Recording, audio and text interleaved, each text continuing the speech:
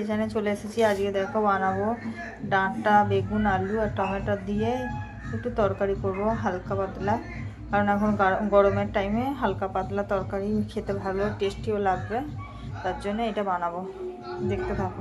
এবার কড়াইয়ে তেল দিয়ে দিয়েছি আর দিয়ে দেবো এখানে আমি একটা গোটা তেজপাতা, একটা গোটা লঙ্কা আর পাঁচফোড়ন।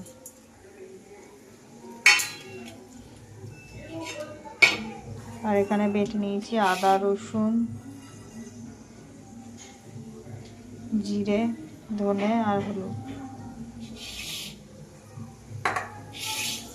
এখানে কেটে রাখা সবজিগুলো আমি অ্যাড করে দেবো।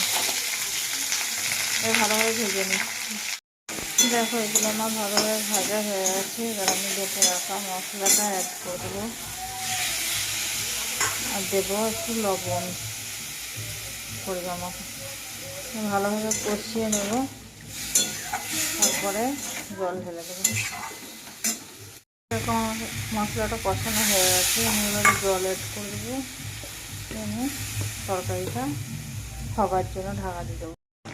দেখো বন্ধুরা, আমার তরকারিটা হয়ে গেছে। এবার এখন আমি তরকারিটা একটা পাত্রে নামিয়ে নেব। এভাবে বানিয়ে খেয়ে দেখো, এখন গরমে হালকা হালকা তরকারি খেতে খুব ভালো লাগবে আর শরীরের পক্ষেও ঠিক আছে। আর যদি ভালো লেগে থাকে লাইক, কমেন্ট, শেয়ার করতে ভুলো না আর চ্যানেলটা সাবস্ক্রাইব করে দেবে।